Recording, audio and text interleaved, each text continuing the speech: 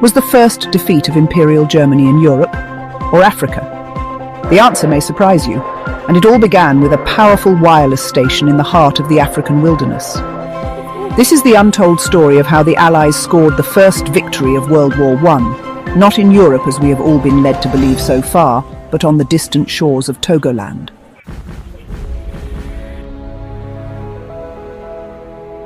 At the start of World War I in 1914, Germany controlled 4 colonies across Africa, but none were more strategically significant than Togoland, a small but crucial piece of land nestled on the Gulf of Guinea.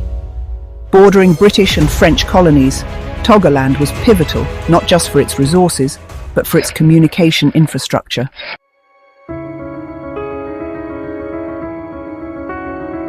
Between 1911 and July 1914, Germany set up a powerful wireless station in Kamina, deep within Togoland. This station was no ordinary installation. It was a cutting-edge communications hub designed to link the German colonies in Africa with Berlin, to German ships in the Atlantic, and even to South America. In fact, it was so advanced, the British and French referred to it as the nerve centre of German Africa. In the words of the governor of the Gold Coast, Sir Hugh Clifford, this station was destined to be the pivotal point of the German worldwide wireless system, designed to communicate with Berlin on the one hand, with Windhoek in German Southwest Africa, and with Dar es Salaam on the East Coast. À partir de Kamina, on peut capter les différentes voies depuis Naoum à Berlin. On peut également communiquer avec les bateaux qui passent dans l'océan Indien. On peut communiquer avec l'Asie. Donc ce centre est plus important pour les Allemands dans le cadre stratégique que Lomé, la capitale.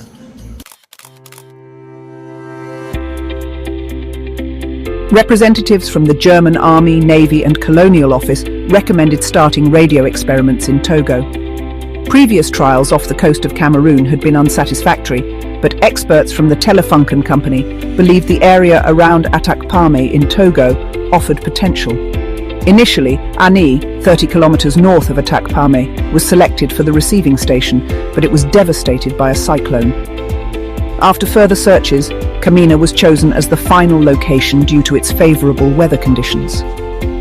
Baron Anton von Kodelli arrived in Togo to oversee the project, accompanied by 2 military personnel and 3 fitters. He assessed the area's geography and technical conditions, then presented a plan to the local colonial authorities, including Governor Edmund Bruckner and his successor Duke Adolf of Mecklenburg. The latter, impressed with the project, forwarded it to the Reich Colonial Ministry in Berlin. Telefunken began setting up a test station. Construction materials arrived by April, and local labour was recruited forcibly, with 120 African workers and 150 porters working for low wages. N'avaient pas le droit de manger les fruits des arbres que les Allemands ont plantés. Ils n'avaient pas aussi le droit d'avoir accès à l'eau potable. Ça m'a beaucoup fait mal de voir des ouvriers qui chargeaient d'énormes blocs de ciment. C'est important de comprendre comment nos grands-parents avaient souffert sur le chantier de Kamina. Kodelli also established basic infrastructure, including a provisional 7-kilometre railway for transporting materials, as well as workers' huts, brickworks, and a hydraulic weir. A radio connection was successfully established between the Kamina test station and the Nauen radio station near Berlin, using a temporarily installed antenna mounted on a tethered balloon. Despite setbacks from storm damage, the connection proved promising. Due to better transport and topographical conditions, the final construction site was chosen near Atakpame, between the villages of Auju and Kamina. A field railway and a nearby stream provided logistical and water support. The first phase of construction included 3 75-metre steel antennas, with plans for 6 more, and the establishment of necessary infrastructure such as a boiler house, machine hall, and technical equipment buildings. Local labour from the Kabylie people was employed, though this led to deforestation as firewood was used instead of coal. After several delays due to storm damage and atmospheric disturbances, the station achieved successful test operations. The German government decided to expand Kamina into a major radio station. 6 additional 120-metre towers were constructed. On October 7, 1913, Secretary of State Wilhelm Solf and Duke of Mecklenburg visited the site, marking a festive occasion with the station illuminated and a film showcasing its construction. The station was further expanded, covering about 4,000 by 3,000 meters with 9 radio towers. Key structures included the broadcasting house, a water tank and cooling tower, boiler house, and a machine hall. The transmission power reached 100 kilowatts, with a wavelength sufficient for long-range communication, including with Nouwen, Windhoek, Namibia, and German ships in the Atlantic. Kamina's transmitter was directly linked to the Nouwen radio station in Germany, extending communication over 5,200 kilometers. The station was essentially complete. Kamina radio station was officially commissioned, though its construction and operations had been kept secret. Its construction lasted 3 years. Until the outbreak of World War I, foreign radio stations had difficulty identifying Kamina's signals. Kamina was built to be the most powerful radio station in all of Africa. The station boasted 9 towering steel antennas, each 75 meters high, and the transmission power of 100 kilowatts, enough to send messages across continents.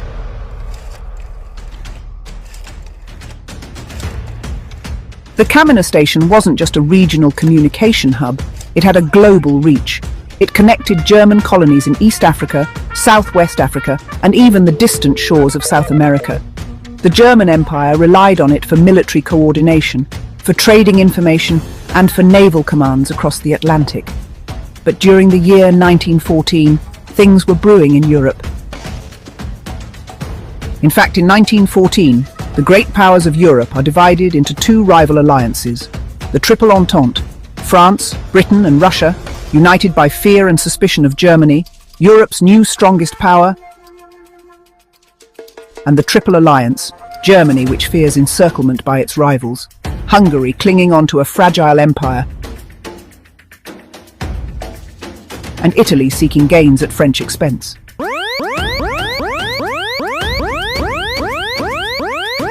The spark comes on the 28th of June in the city of Sarajevo.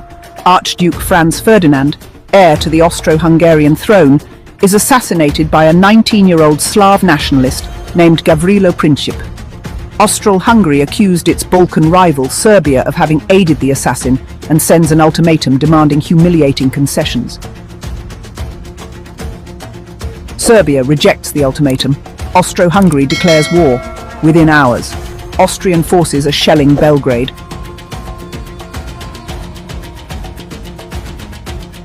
The Russian Tsar Nicholas II feels honor-bound to defend Serbia, a fellow Slav nation, and orders the Russian army to mobilize.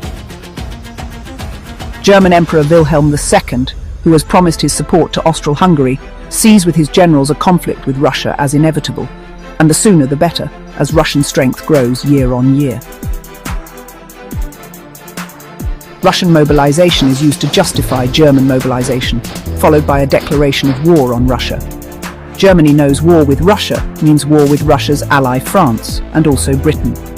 It has developed the Schlieffen Plan to meet this threat of a war on 2 fronts. First, its armies will advance rapidly through neutral Belgium, whose neutrality is guaranteed by Britain, to encircle and destroy French armies near Paris and win a quick victory. Then its forces can move east to deal with Russia, whose huge army will take much longer to mobilize. And so Germany declares war on France, dragging in Britain when German forces invade Belgium on their way to France. 6 million men are now marching to war across Europe. It wasn't long before Germany's colonies would be pulled into this global conflict. But in Togoland, Germany had one advantage, a highly strategic, highly secretive radio station at Kamina.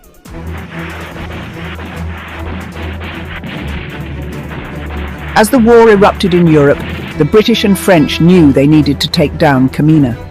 The station was a vital link in Germany's communication network, and the Allies were determined to cut it off. On August 5th, 1914, just days after Britain declared war on Germany, the Allies severed the German sea cables, leaving Kamina as the only connection between Germany and its African colonies.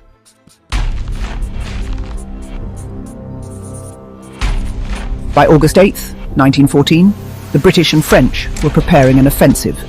Their mission? to destroy the Kamina wireless station and neutralize Germany's command and control in Africa.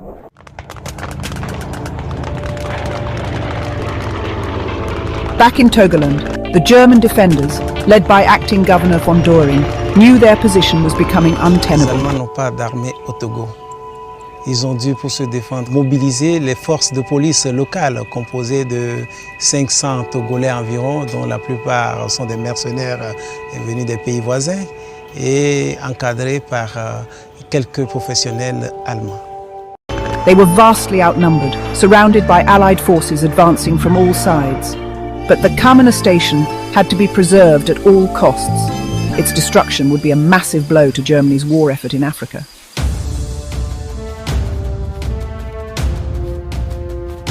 Heavy fighting ensued as British and French troops advanced toward the station. The Germans fought desperately to hold their ground, but by August 20th, 1914, the writing was on the wall. The Kamina station was no longer defensible.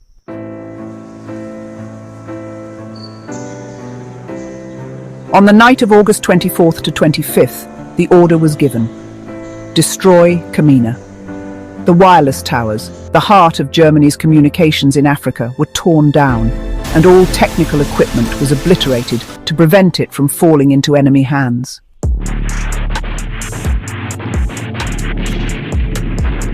On August 27th, 1914, the British and French forces entered Kamina, but the damage had already been done. The radio station lay in ruins. Kamina was gone, and with it, Germany's vital link to its colonies and beyond.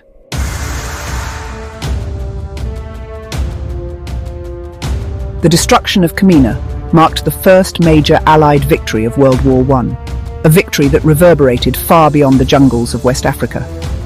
It was a powerful symbol of the Entente's growing strength and Germany's early vulnerabilities.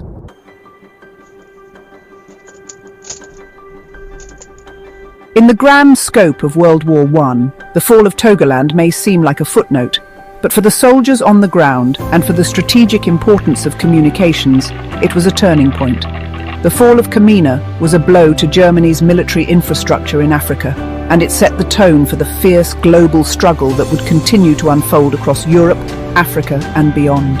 The Kamina radio station, with its rich history linked to the colonial era, offers significant potential to become a global historical and cultural site, drawing tourists, historians, and even German visitors interested in the legacy of their ancestors' colonial past. Togo can leverage this site to generate revenue, preserve its heritage, and attract international recognition. Below are key recommendations for turning the Kamina radio station into a thriving tourist destination. Establish a dedicated museum that details the history of the Kamina radio station, focusing on its technological advancements, colonial context, and significance in global communications. The museum should use modern technology such as augmented reality or virtual reality, VR, to bring the historical events to life, allowing visitors to experience the station's construction and early operations. The 9 radio towers, especially the original 75-meter ones, should be preserved as iconic historical landmarks. Restoration can help retain their authenticity while providing a unique vantage point for tourists to explore the site. Offer guided tours that explain the technical aspects of the radio station and its significance, as well as the broader historical context of German colonial activities in Togo. Specialized tours could focus on the stories of the local African workers and their role in building the station. Establish a memorial to honor the African laborers who worked under harsh conditions to build the station. This would recognize their contributions and provide a reflective space for visitors to acknowledge the complex history. Develop a walking trail around the site that connects significant points, such as the original locations of the towers, Kodeli's residence, and the workers' camps. Interactive displays along the path can educate visitors about the historical events and individuals involved. Since the station was a key part of German colonial history, Togo can collaborate with German institutions to create an exhibition dedicated to this aspect of their shared past. This can include stories of German engineers, military personnel, and colonial administrators who were involved in the station's construction. Build eco-friendly, low-impact hotels or guest houses near the site to cater to tourists. Incorporating local culture, sustainable design, and Togo's natural beauty will make the site more attractive. Organize annual events, such as a Radio Heritage Festival, to celebrate the station's historical importance, featuring performances, historical reenactments, and discussions about the colonial era. Offer virtual tours for international visitors who cannot visit in person. This can be a valuable educational resource and a way to promote the site globally. Develop a website with information, photos, videos, and articles about the station's history. Social media campaigns can attract the attention of global historians, tourists, and researchers. Establish partnerships with universities and research institutions in Togo and Germany to study the station's significance. This could include archaeological digs, historical research, and the publication of books and articles about the radio station and its colonial history. Develop an exchange program where German students and historians can visit Togo to study the station, its impact, and its legacy, while local students learn about the wider context of colonial history. Improve access to Kamina by upgrading roads and transport links, making it easier for both local and international tourists to reach the site. Well-maintained signage, parking facilities, and tourist-friendly infrastructure will enhance the experience. Train locals as tour guides, staff for accommodations, and in hospitality to create jobs and ensure that the community directly benefits from the tourism development. Togo should not solely rely on foreign donations, but instead focus on building a self-sustaining tourist site. Here's why. The Kamina radio station has the potential to become one of the most unique and profitable tourist sites in West Africa. By investing in infrastructure, historical preservation, and community involvement, Togo can create a self-sustaining tourist attraction that will generate significant revenue while educating the world about its complex colonial past. Togo should stop waiting for foreign donations and take a proactive approach to developing this historical site, leveraging its potential to attract global visitors and historians and ultimately boost its economy.